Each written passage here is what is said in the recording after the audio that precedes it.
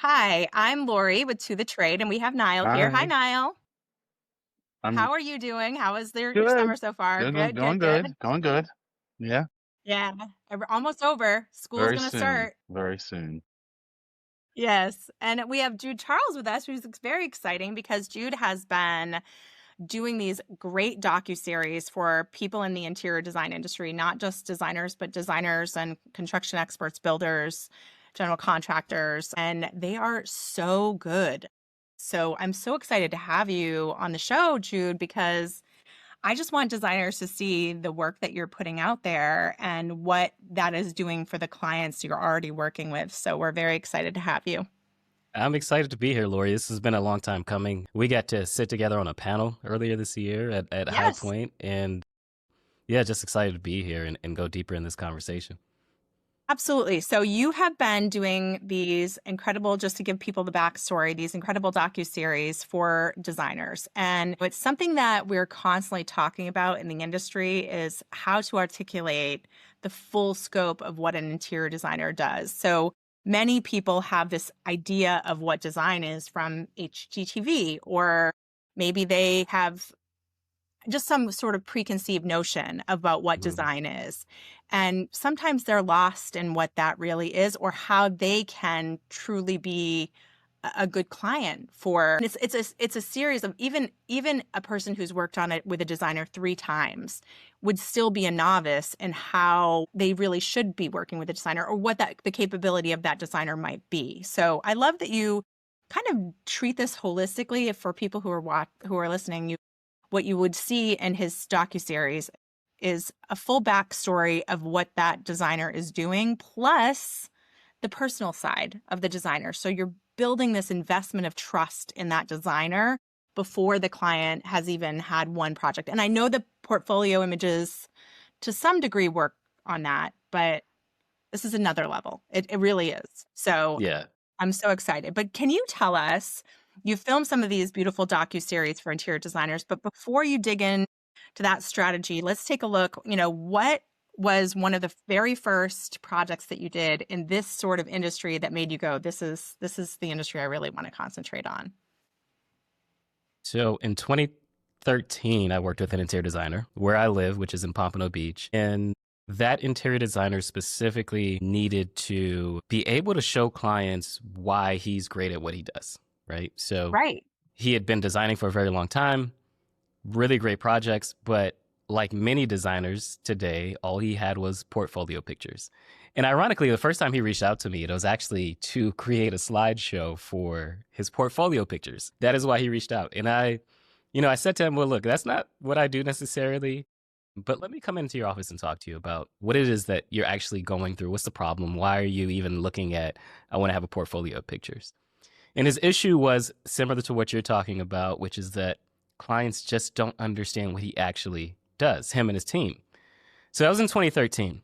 We did this docuseries, 3-part docuseries, and we ultimately ended up working together for 3 years. But in 2021, when I first met Luann, actually in 2019, but in 2021, Luann and I worked on a docuseries Yes, for I watched hers. right, Absolutely. Yeah. right. And so it was at that moment, 2021, working on her docuseries, being really brought into this world of interior design. Because even though I did an interior design docuseries back in 2013, that was the only one. It wasn't my focus.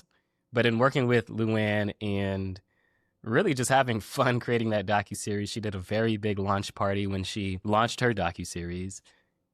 That is when I realized there's something special in this community, interior designers or designers, architects, builders, that I wanted to go deeper with because designers are doing really amazing work, but then there's a gap between we do the great work and how we explain the process of doing this great work. There's Yes. the other gap of sharing their actual personalities. Like many Right. designers are hiding behind just their portfolio pictures. And what I look to do through these docuseries is share their personalities, their passions, and their purpose. I was watching the one that you did with Brad for Aft Construction, and I've had Brad has been a member of IDC probably I want to say from since the beginning, but I didn't even realize that the you know what he was building for himself and the coaching that he's doing too. Like, I had no idea. We just kind of like get lost in the community sometimes. And I think of myself as being someone pretty dialed in. I listen to designers. I watch what interior designers are doing on a regular basis. I kind of know their family history and what's going on for, the ones that are closer to me. But I didn't feel, I just couldn't believe I missed that. So I wonder if that's the same thing that's happening for their clients, like just not fully realizing the person that you think you know because you didn't scratch a little deeper, I think we all take for granted not only the amount of work that we do, but take for granted that we think, let's just take a simple idea of posting something on Instagram. We think that because we posted on Instagram, everyone has seen it. Right. One of the things I did before we even did this podcast recording is I sent you an email saying, hey, check out some of the projects I've been working on, because I didn't want to assume just because you're following me on Instagram that you've seen everything that I've been putting out there for the last few months, right? For someone like Brad, who we've been creating his docuseries for the last 6 months, it's in its final stages now. Brad is extremely busy. Yes. Brad is running AFT Construction that has a total of 30 employees. He has his own podcast. He runs the Contractor Coalition Summit. He speaks regularly at events like Las Vegas Market or High Point Market, absolutely. Right? He's doing all these things, but not everyone knows it. He's been a part of the IDC community, of it, but not the full picture. And then on top of it, I think one of the things that you covered on his video was that simple idea that the clients buy from people that they like and connect with. And so that's another avenue that you're allowed to do in this docuseries of showing not only your work and what you're capable of, but who you are as a person, because that builds that like sense of security and trust that the client to work better with the client that is coming your way. Right. Get them ready to trust your decision making. Yeah. Get them ready to trust you. Yes. Yes. When someone is thinking about working with you, the first question on their mind is, why should I do business with you? Why should I hire you versus any and every other option available to me? Right. Right. Right. What that boils down to is why you, but that question is really a question of trust. Why should I trust you? Right. I get that you're an interior designer. I get that you do beautiful homes, but like, why should I trust you with this investment that I have? Really, this is the biggest investment I've ever made, buying a home. Why should I trust you with coming into my home, into my space, and knowing that you're going to do a great job? And so, like, I think we take for granted that clients, because we're doing what we're doing, we're so close to it, right? It's kind of like the way that I do docuseries. Part of the reason those behind the scene trailers that you've watched, the reason that I do those is because the number one question I get, no matter who I'm talking to, why a docuseries? Why this long form in a world where we're told that short form is the way to go? People don't have long attention spans. Why a docuseries? The reason I do those behind the scene trailers that I've been putting on Instagram is to explain why a docuseries, to explain and not allow people to I don't want to think that people just get it. Right. I want to make sure to break it down for them. And I think as creatives, that is the same thing interior designers need to be doing, is break it down for your clients, educate them. Don't assume that just because you've been doing this for 20 years, they just need to trust you. Educate them on, hey, this is what we're going to do, but more importantly, this is why we're going to do it this way. Right. And some of those behind the scenes moments or capturing the family, have you found that has there been a moment in those series, maybe even with Luann's, that you were like, this is a side of you that other people probably never see? Is that why you brought those into the docuseries? Yes. The designers would think that that's what their clients want to know, but I think it is. I think you're right. Yeah. How do you trust someone that you don't know? The whole point of the docuseries is to take it from just how to show who. Who are you? Who are you when challenges show up? Who are you at your best? Who are you at home? Why does home even matter to you? Why are you an interior designer? For one of the projects, there's a project I recently did in Connecticut with Jill Ray. She is an interior designer. She's been designing for 6 years, doing really amazing homes there in Richfield, Connecticut. But there's a part of her docuseries, it's not out yet, but there's a part where we show like the house that she had remodeled. And then we show this chicken coop she has in her backyard, but we also show her having breakfast with her family. When when we say things like people do business with people that they know, like, and trust, how do they get to know who you are, like what you have to say, and trust that you could provide a solution to their needs?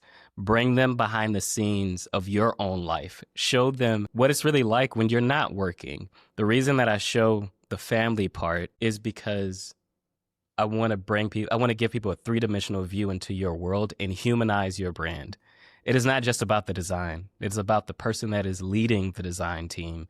In her case, Jill Ray, it's about Jill Ray. And who Yeah. is she when she's not working? Who is Yes. she? Because there's parts of it where we show her working out at the gym. And there's other parts, we show her just doing things that are important to her. She's really involved in the community. She's building a habitat, or helping build a Habitat for Humanity home. All those things matter to understanding who this person is, not just how they design, but who are they? What inspires them to lead to that design? I love that. And it also, probably, what my thought is, it makes that client connect on that more, like on a very personal level with that designer. I mean, I think of Niall. He's a perfect example, right? So Niall and his partner have adopted children from the foster care system, 4 children. I mean, Niall is probably the most detail-oriented person I know, like very, he wouldn't say he's organized, but I think he's very organized compared to me. And he's regimented. He likes a system and he likes that flow, but he's got the biggest heart. And there's no one that's going to care more about the person. He tries to always he's open-minded and tries to look for ways to almost, know you on a deep level and care about you on a deep level. And he'll change his mind even if he thinks I've seen that about you, Niall. And Yeah. even though he's very orderly, he can be convinced of, something different. And then he has this whole other side of him that is so musically minded and so streetwear and music. And that's part of his aesthetic and style. And I would love, like, his clients to know the full picture before they work with Niall, because they might see regimented and think that he's not flexible, and he's incredibly flexible. You just have to he has to understand why, right? Like, that's his. So it's funny you say that, because but I think that's where we get tripped up as designers. Laurie, you and I've had this conversation before. Like, I think it's two things. I think the one thing is, like, it's like air to us, right? Like, it's like saying, I don't know, like, talk about how you breathe. It doesn't occur to us to talk about what we do, because it's just, like, when I check into a hotel, like we were just in Hilton Head, like when I'm in there, I walk in and I'm rearranging the suite, not because it's like go in and rearrange, just because it's innate, it's in me, right? If I'm at somebody's like home and they're like, don't mind me, and I'm just looking around, I'm like, that's a choice. It's not that I'm judging, it's just in you, right? So it's like, talk about what I do. It's weird, and I think this is for all designers, because it's just who we are almost. And then for me, I don't know about other designers, it's the dichotomy of me. Like, I always tell people, like, I love chintz, but I also love trap music. And so, like, how do you tell that story? Like, what, you know what I mean? It's like Barbara Streisand, Jay-Z. It's like, and I love them both. And so, like, how do you tell that? Like, how do you tell that story? Do you know what I'm saying? So Right. I think that's what, Yeah. and so, me, Laurie, I get in my head. And so then nothing ever materializes. And then it's just like this little dinky Instagram post of a vase. Right. And it doesn't feel like a Yeah. cohesive brand of who Niall really is, even though he's showing bits and pieces, Right. and you might know, but I guarantee you there's probably a huge number of followers that don't know. I mean, I know Yeah. Niall really well because we've spent so Yeah. much time together, but I guarantee you there are a lot of designers who don't know him as well as I do, and But even though to he's your had a podcast for 2 years. point, I think so. Now said something that's really important. We get in our heads about what do we share and why should we Yeah. share it, right? The other thing that I noticed, Laurie, with how it's easy to say Niall has a big heart, which is just a statement, versus Niall adopted 4 children. Yeah. That tells me a completely different story about who Niall is. That helps me understand he has a big heart. That helps me understand the complexities. We are all, as human beings, we're complex. Barbra Streisand versus trap music, that is 2 wildly different worlds, but we're all Yeah. like that, Yeah. right? Most people that see me, they know that I'm very calm, cool, collected. But on the other side of that is I love adrenaline-filled activities like skydiving, right? And so two very different worlds, but I share that to allow a person into my world. We are all complex in the very same way. But when clients are thinking, why should I work with you or why should I trust you? They're thinking about that. They're trying to think about those two sides, even though they may not say it consciously. They're thinking it subconsciously. There's this person that I know is complex because all human beings are complex. How do I know this is the person I really want to work with? We're going to have fun working with. It's not just about the design that's going to be beautiful. Many designers can create something beautiful, but will we have a fun, enjoyable experience? Will you understand me?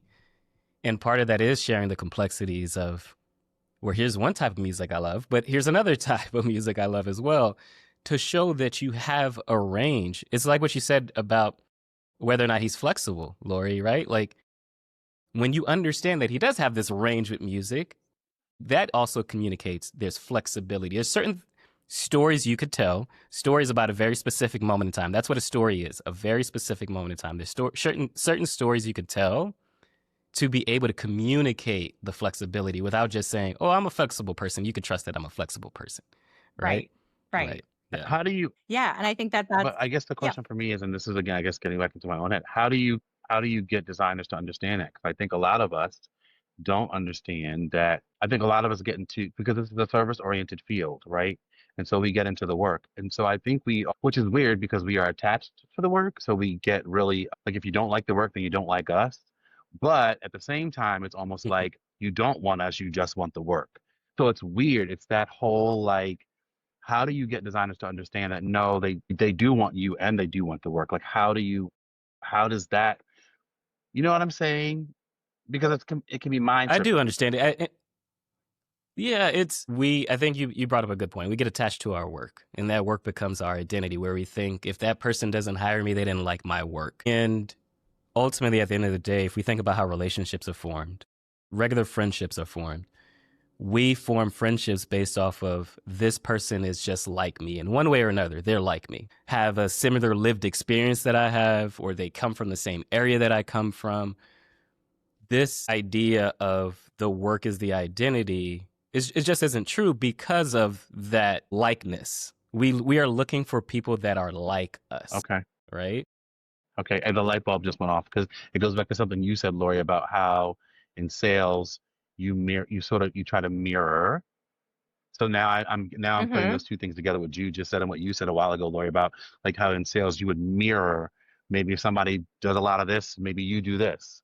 Or if they use a lot of likes, you use a lot Mm-hmm. of likes, because then I guess subconsciously that's like, oh, that person's like me. And now I'm hearing you say that. Okay, that makes sense.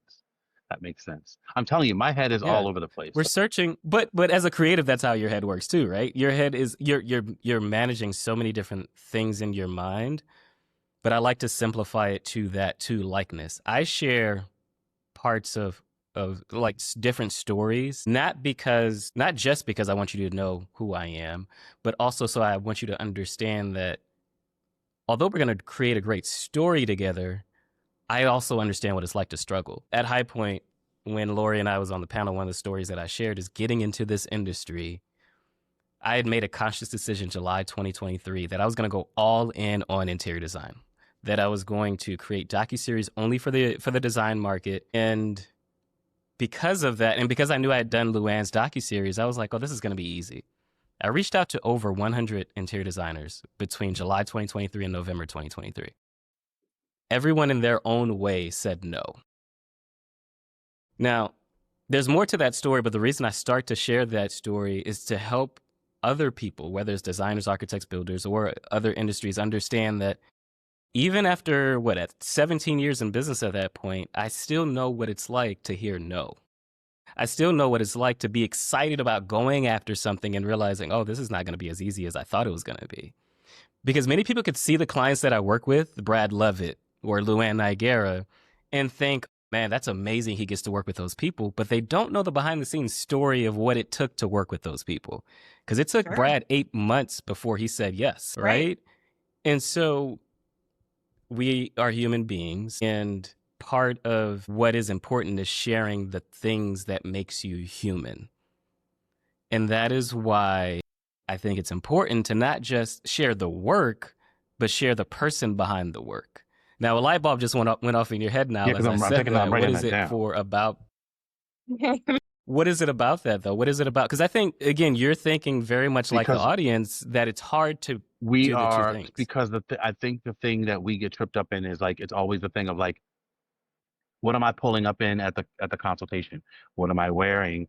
How do I shake the hands? Do I have a manicure? What is my fragrance? Like, how am I moving and maneuvering throughout this whole experience? And it's a perfectionism. It's a dance of perfectionism, right? And so for you to say, share the thing that makes you human, that is almost a direct, it's like the direct antithesis, the complete contrast to what we as designers believe that we are supposed to be doing. But it also solidifies the idea that, yeah, you are separate from the work, because the work in it, it's in a way is supposed to be perfect, right? Perfect for them. You are not perfect. You are supposed to be human and flawed and all. And so I think that's where a lot of us we forget, because we sort of meld ourselves into, I'm a designer, I design. And so we walk around trying to be perfect. So that light bulb just went off, you know? And then it goes back to like, so Yeah. then what do you share? But that was huge. That was huge for me. I want to just address like what I would think is the sort of elephant in the room situation, because I know designers so well. I think that I love what you're doing and I want designers to consider it an investment, but I would have realized that it would be hard initially for you because designers have, as far as marketing is concerned, they've been Yeah, sold a lot of different solutions that were going to save them, and they might not even fully understand what a video like this would do. Like if they're throwing it up on YouTube and it doesn't get immediately 1,000 views and a new client coming in the door, they're like, did I waste my money? My gosh, you know? And because they're waiting for that ROI to be instant, they have been burned probably 20 times before. If they've been in the industry for 20 years, once a year they've spent, $5,000, $10,000, $20,000 on something that didn't work for them.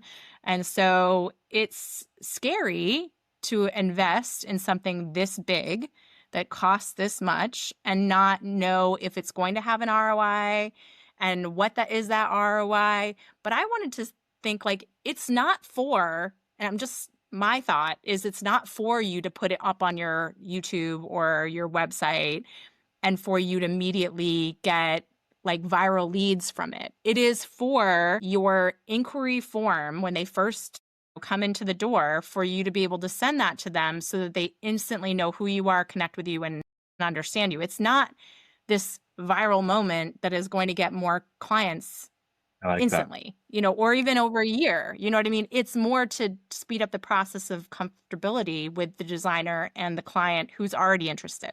That's what I Agreed. see. Yeah. I like Agreed. that. And to that point, it's a docuseries is about allowing someone to meet you before they ever meet you, right? Right. So they get invited into your world. But to your point of designers not knowing, how does this work? How does this fit? Brad had the same question. The reason it took Brad Leavitt 8 months to say yes, his biggest question was, how does this, Brad does a lot of content already. He's got a YouTube page. He's got a big following on Instagram, but how does this fit into all of this content I'm already creating? Or how does this fit into the business that I've already created? And to your point, it is exactly that. It is not really about it going viral No. as much as, again, allowing someone into your world, allowing them to see the human parts of you. And Brad Leavitt's story that many people don't know, you probably don't know it either. 2 years ago, Father's Day weekend, Brad had a stroke. And when he had that stroke, he could not move his legs. So transported to the hospital and had to spend a day in the hospital. And of course, you see Brad today, and he doesn't look like he's ever been through a stroke. But we start the docuseries there talking about that story because it humanizes him. If you see Brad and you see the multi-million-dollar homes that he's building, you see his beautiful children, he has 6 children, you see his family, you see his team and how everyone loves him, that puts him in the perfection category. But what makes him human? What makes him real? It is this story, and there's other stories that we tell, but it's this primarily the story of him having this stroke and how he had to recover from it. Right. Well, I think to me, that also tells me another story that I'm very passionate about. And Niall and I started this podcast because we saw designers feeling burned out. And I think oftentimes we're taking care of everyone else. We're not paying attention to our own health, our own, lives. And so sometimes that is actually kind of common in this industry where there will be a stress related health problem as you get a little older because your work is so intensely um, emotional. I mean, you're really constantly putting out fires. That's part of the job of construction and design. And so that's a very high stress job. And people wouldn't consider it that. They think it's like we're picking out little things and that it's not an emergency. No one's dying if the furniture is late, that kind of thing. But it is like, there's a Right. timeline and there's big budgets on the line anytime that something's late. That kind of pressure can really have an impact on a person's health. Yeah, absolutely. And the same challenges that designers go through as far as, not explaining their work or not understanding how something fits is the same. I do it in my own business. Many of the things that we're talking about right now, I do in my own business. The behind the scenes videos that are on Instagram is to answer the question for designers, like, why should I do this? What is the point of this? How do I know this is going to fit into my business? Because one of the things I start with in doing a docuseries, we don't start by filming. We start with what I call a road mapping strategy session. And in that session is where we get really clear about your core values, core stories, core philosophies and beliefs. But then we also map out the marketing. How is this going to fit into your business that you currently have now? Not everyone has the same ambitions. How do we make sure this docuseries is going to fit into the work that you're already doing? Right. And so, we do business with people that we know, like, and trust, and you want to uncover what I call the 3 authentic rules of storytelling. It's a lived experience, right? So what are the experiences you've gone through in life that help shape who you are? Then adding the emotion to that experience, meaning that you're speaking from the heart. You are sharing your quirks and the things that do make you complex. And then the third one is uncovering the evidence and sharing your story and the things that you've been through. It helps to bring evidence and proof that it's possible for someone else. In 2020, I woke up one morning and I opened my eyes and I realized I could not physically move my body. My eyes open, I could see, but I could not physically move my body, paralyzed from the neck down. And what I didn't know at the time that I realized much later on was that I was having a panic attack, and I was officially, after that, diagnosed with burnout, depression, and anxiety. Wow. And now, September 2021, I go to a grocery store, and as I get out the car to walk to the grocery store, I hear a loud bang on the left side, like just on my left side, I hear a loud bang. And when I look over, I'm not exaggerating when I say this, it is a white Tesla car on top of another car. This lady was trying to back out of the parking lot, and instead of putting it in reverse, she put it in drive and hit the gas, and because of the force, she landed on top of another car. Wow. So I go running over. Now, I mentioned this is September 2021. I'm still recovering from burnout, depression, anxiety. I go running over, and there are these 2 guys just standing out there looking, and I'm like, did anyone call 911? These 2 guys that are standing outside, they're stunned, not saying a word. So I asked again, did anyone call 911? They're not responding. I end up calling 911. Fire truck comes. They're trying to figure out what to do. What I didn't realize at the time that I called 911 is that this car was on top of one car, but it was leaning on another car. In that other car that it was leaning in, there were 3 people trapped inside. My Luckily, goodness. everyone came out safe. Even the lady that was in the white Tesla, she came out safe. The important part of that story is that on that day, I was headed to the grocery store. I'm trying to recover from burnout, depression, and anxiety. My therapist is telling me I need to work differently because at that point, I had been in business 15 years. And I prided myself on the way that I work. I prided myself on that I could work long, hard hours and all these things. But in that moment, I realized that who Jude Charles is has nothing to do with the work that I do. I realized that in those crazy moments that I do come with a level of calm that helps people through chaos, right? And that was a moment I needed most. I felt like it was a God wink. It was like one of those things I needed most to help me recover from burnout, depression, and anxiety. Now, again, I tell that story. Why do I tell that story? It is to help people understand that I am just like them. When you mentioned burnout, it immediately brought up in my mind, like, oh, yeah, I've been through burnout. And not only have Right. I been through burnout, how did I recover through burnout? When I say that you uncover the evidence, I mentioned the 3 rules of authentic storytelling: a lived experience, emotion, and uncover the evidence. When I say uncover the evidence, it is to help others understand that it's possible to not only go through burnout, but recover from burnout and recover much better. Right.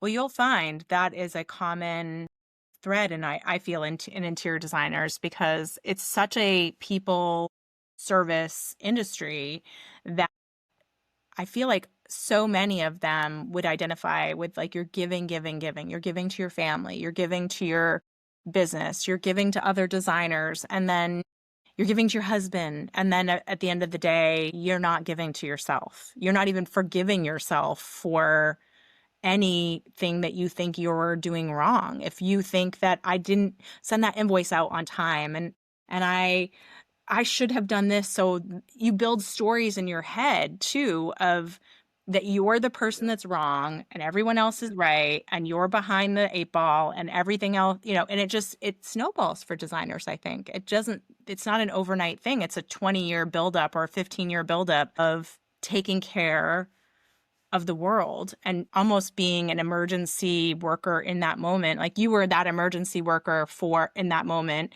They're doing that on a day-to-day basis with the client side. Like, everything feels like an emergency when there are emotions involved and money is involved and timelines are involved. And so, I feel like that's something that is very, very common for designers. And I love the idea of this sort of being a tool that will set the groundwork for the clients maybe to have a little bit more compassion for the designer in that process, because I think that that might be helpful for if once you see this person as a human being with, they're not just the professional I hired to do my project, but they have 4 kids they're taking care of at home that have, needs, and they have a partner, and they are a business owner, and they are navigating a stressful situation, and it is just furniture at the end of the day.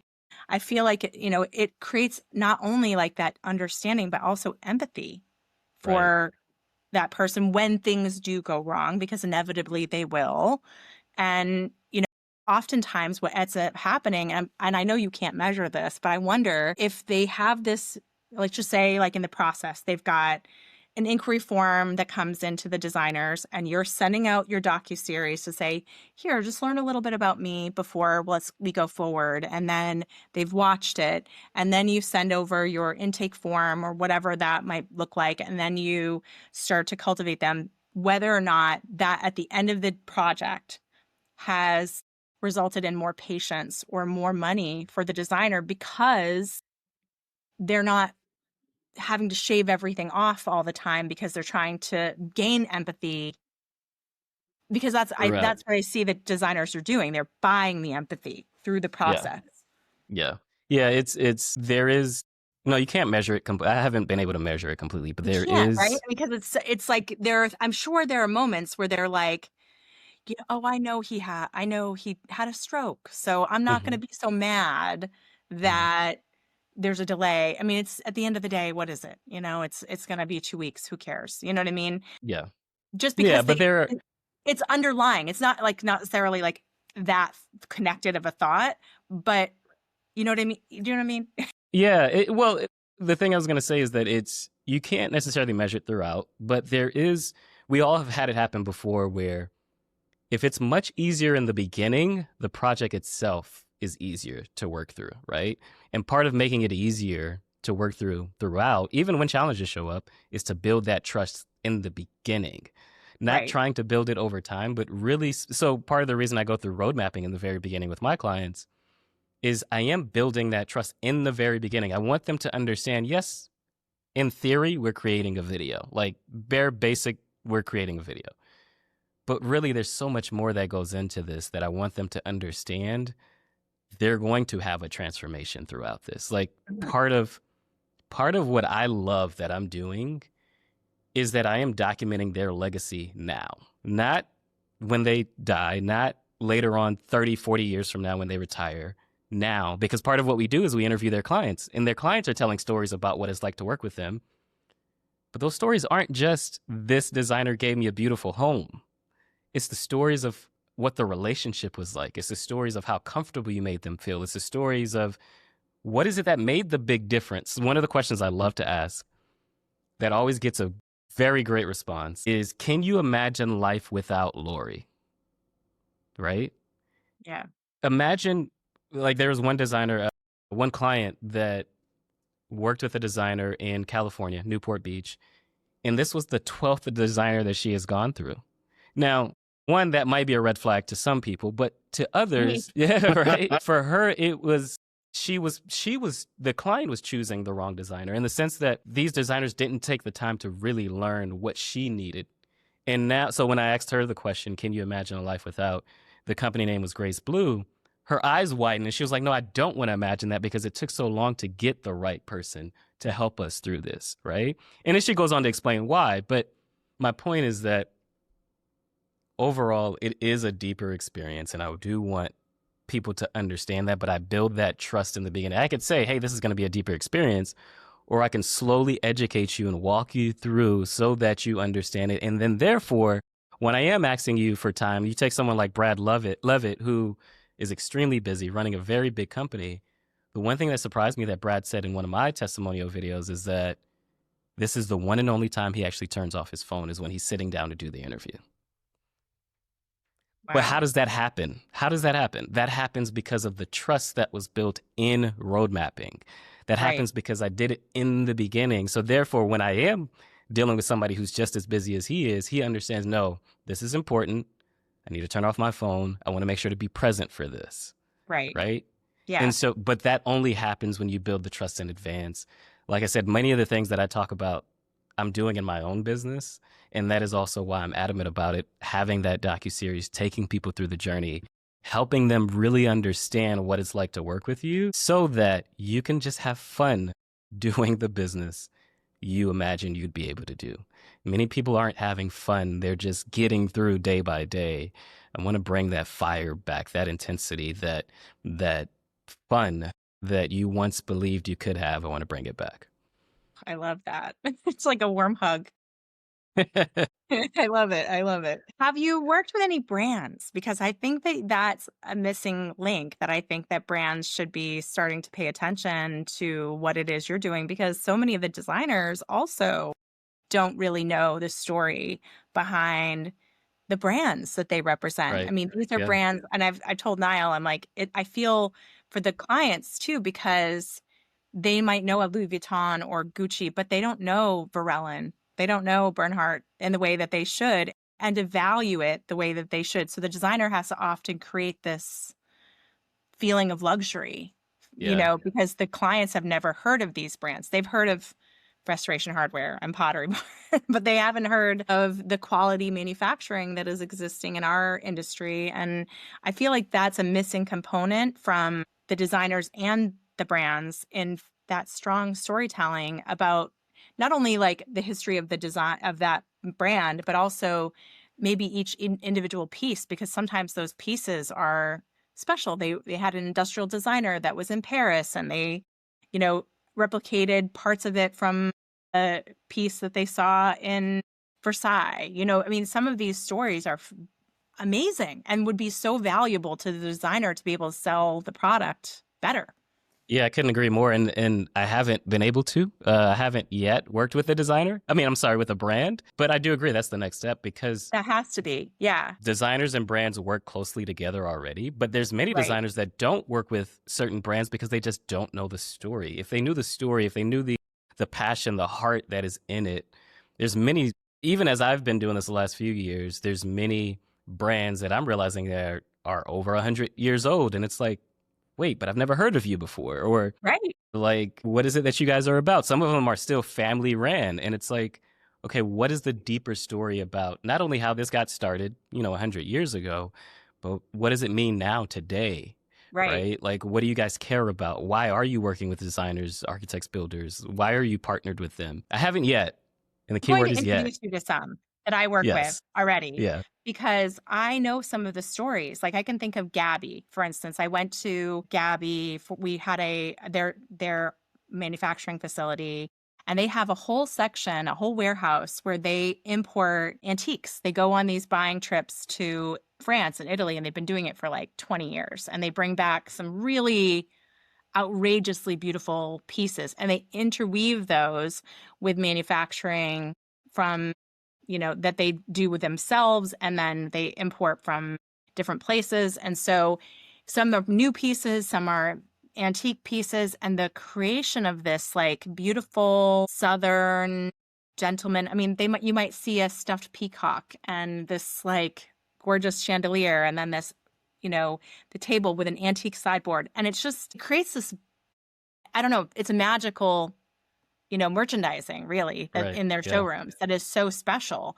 And and they've been doing it for years. Like he has a whole story about how his dad tried to get him into the business, and he worked there when he was younger, and then, didn't want to work there, and kind of years later got convinced to come back to the family business. And I love that. I mean, I don't think anybody knows that.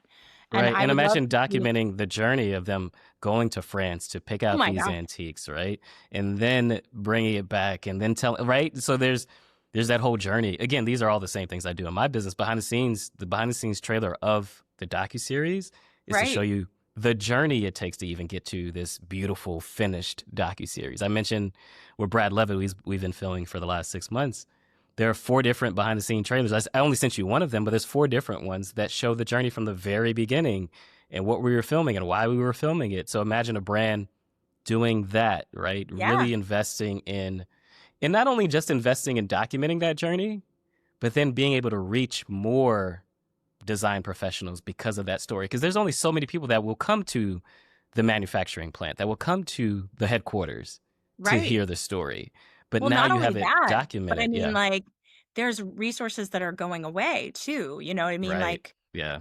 maybe I was at a showroom in California, the DRC, and they're huge. They have like 30,000 square feet, but the person in charge, like her dad still comes in, and he's in his like, it's like Wow.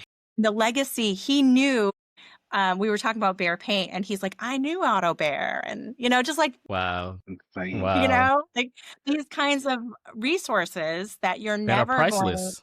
they're priceless. And if you Yeah. aren't documenting it and having it in that way that can reach people, really tell that story. And I believe really consumers are desperate to know what's good and why it's good. And so they don't have that ability to really, you can look at furniture that looks beautiful that can fall apart in 6 months, and the consumers are confused. I really think Right. they're confused. Like where they can spend a lot of money on something that falls apart. Yeah, Restoration because hardware. consumers are confused because of noise, though. There's so much noise out there now. And I Is. There think is. the one missing advantage that brands are not leaning into is that's why it's even more important to be human now, is because there's so much noise, especially with the hype of AI right now, which I'm a believer in AI. Me But too. the one advantage that AI is bringing is that people are going to want, and they want it now. They're desperate for those human connections again, because now you can't tell what's real from what's fake.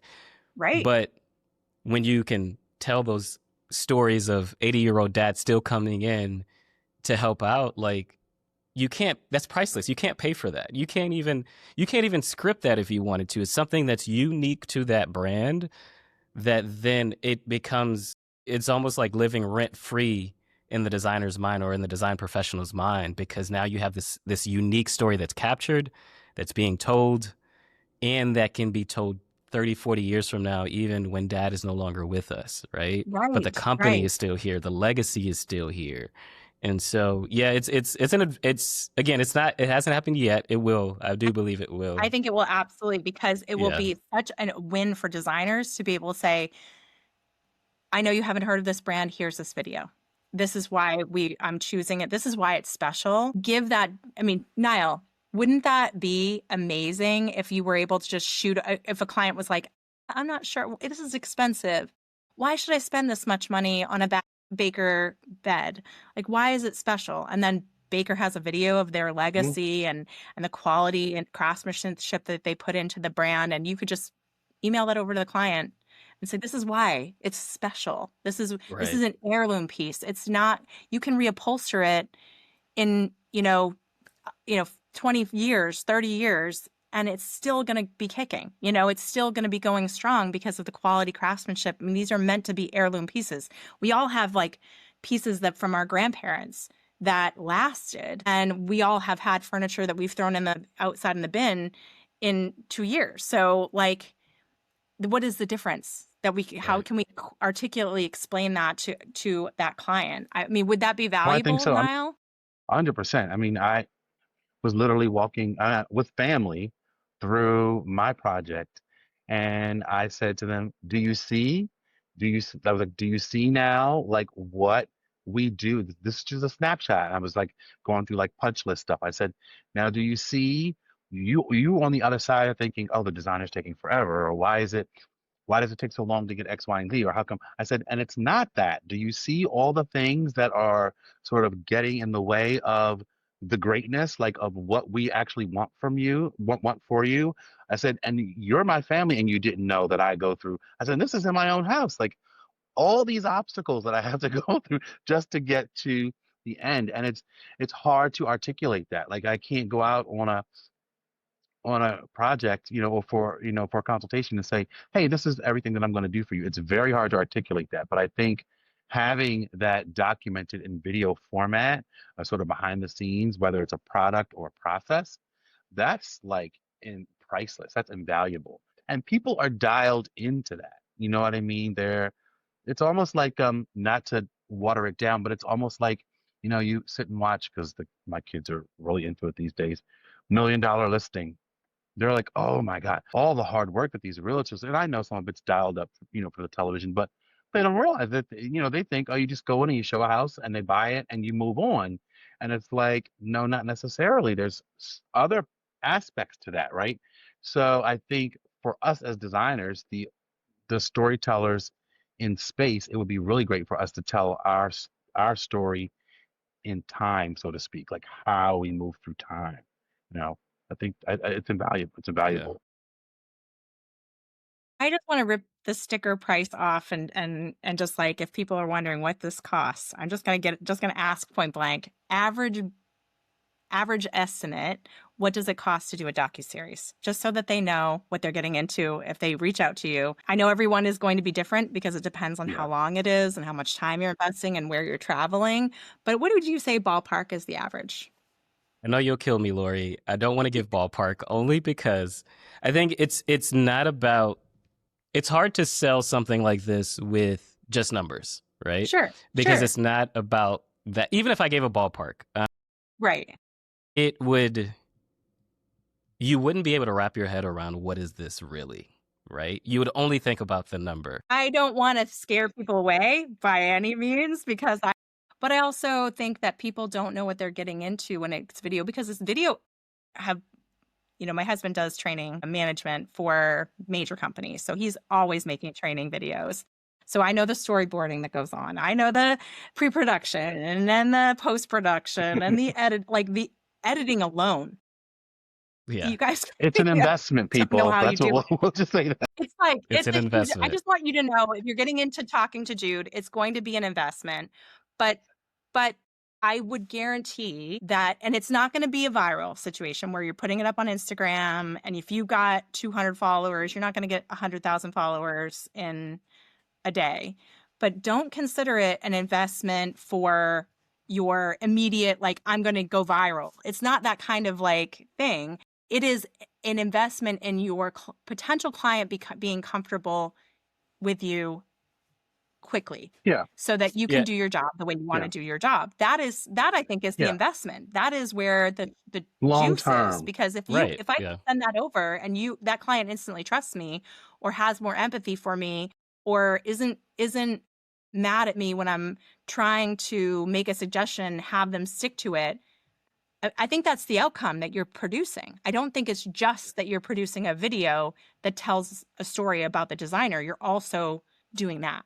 So You're I just want, shortening the time it takes for someone to say yes, right? yes. And I visited a And I designer I believe the worked with. process being Yeah, you smoother make it more too, because palatable, Right. they, honestly. You know what I mean? I don't have to hand you a bunch of right. forms that says, don't do this, don't do that. I don't like it when you do this because you've already seen like just the look on my face when somebody did one thing, you already know, oh, we're not gonna do that. Like we're not gonna do that because he doesn't like that or whatever. Like, when I did HGTV years ago, like my one client came to me and says, "Now, I know you don't like ceiling fans. I know you hate ceiling fans. But so that's the thing I get all the time because I was very expressive about that. Like, I don't like ceiling fans. But now people come to me like, I know you don't like them, but I really need one on my sun porch. And I'm like, it's okay. We can look for a ceiling fan. So it's like stuff like that. You know what I mean? It becomes a different Yeah. Yeah. conversation, and it shortens the time for someone to say yes to working with you. I had a designer in California recently who mentioned she uses her docuseries in the meeting with the client. Like she goes to do the consultation and she uses it there. I love And it. she said something to me that stuck out in my mind where she was like, the client was, after watching it, they said, this answers all the questions I had in my mind. Right. And that is when that happens, when you can get over the objections or you can get over the questions that the client has in their minds, it makes it easier for them to say yes. And no matter what level of designer you are, if you are going after a $200,000 project versus $1 million project, if you can make it easier for the person to say yes and get more clients through the door, more of the right clients through the door, that is the result. That is the point of doing a docuseries, making it Yeah. easier for someone to say yes to working with you. And you have a magic in there. I mean, you make people look so good and they look so, I mean, if you're worried about the way you look or how you're going to come off on camera, I mean, I looked at every video that I've seen you do and people, they're heartwarming. They feel, I don't know how to describe it. It's not that like sales pitchy Tony Robbins, like sales pitch thing. It feels like you're seeing a realness, but in a very curated, beautiful way. You've shown that they're professionals, but you also show their heart and it really, it's so well done. I mean, people always talk about that master class. They're like, I wish I had that master class video. And this is your way of having something that is on that level, but that makes the design, in fact, I think even more warm, even Yeah, more because it's a behind the inviting scenes too. Yeah. because of those behind the scenes and because you get to know them it's not strictly this is how to Exactly. do what I Yeah. do. It's more this Why is who I am and this is what exactly. I'm. Exactly. Yeah. This is what I do and this is who I am. Couldn't have Yeah. said it Yeah. better. Yep. I This is love who it. I I'm am. big fan. And I hope you designers reach out, but I'm also going to be, obviously hooking you up with some brands because I think this is another missing component and the brands can afford it. They can. So let's get some of them on the ropes for it. Yes, Is there yes. anything if with your skill set of and I know you don't do this for designers and helping them do video, but are they also just in our parting question, like do they learn a little bit about the process of video just by watching you that make their videos better that they do for themselves after? I'm just curious about that part. So part of what I try to explain is that the video is mostly about the story, right? And how do you do that? How do you tell the story? And I go through explaining the different types of stories to tell, but that's why I also simplified it to a stories about a very specific moment in time. So the way I told the story about the Tesla car accident, that's a very specific moment in time versus just saying, oh, I went through burnout once and I recovered. I actually brought Right. you into a moment that helped me recover. But the other thing I have for designers is called Storytelling for Interior Designers. It's a free PDF that walks through. So I've done 10 of these design related docuseries now. And I give examples. So there's 10 storytelling prompts within that storytelling for interior designers, but then the examples that help illustrate the prompts. So prompts that you could ask yourself questions on how to come up with these stories to create what I call a story bank, and then to be able to share those stories when you are doing videos, because that's what really makes the videos powerful. Right. Right. Yeah.